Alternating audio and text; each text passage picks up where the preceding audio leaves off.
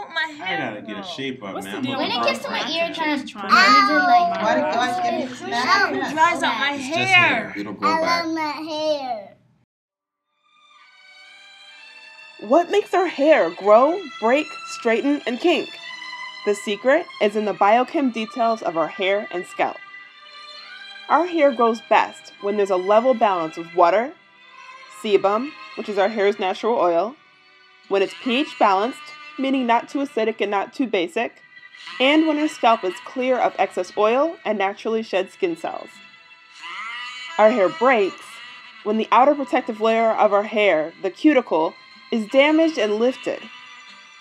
Heat from flat irons, blow dryers, and even the sun cause the cuticle layer to lift.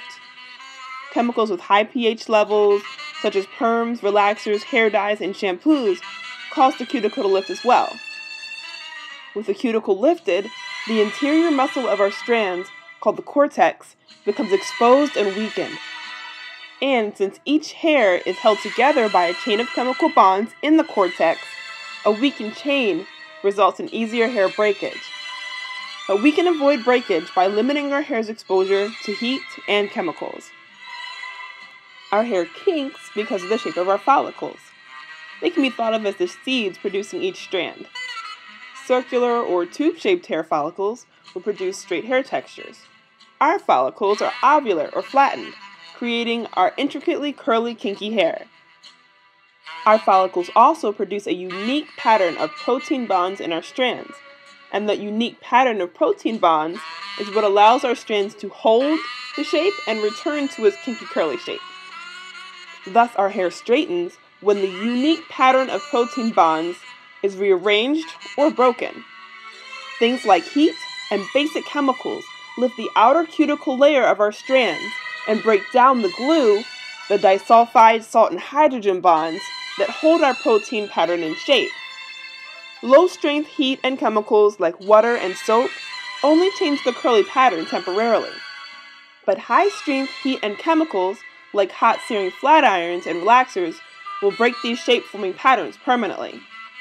Regardless what we do to our hair, things like genetics, diet, hormones, and age shape our hair's destiny. Our hair is designed to grow in phases, growing in the anagen phase, stopping in the catagen phase, falling out on its own in the telogen phase, and waiting to grow again during the exogen phase. And it's built into our genetics how long each of these phases will be, whether a few months or several years.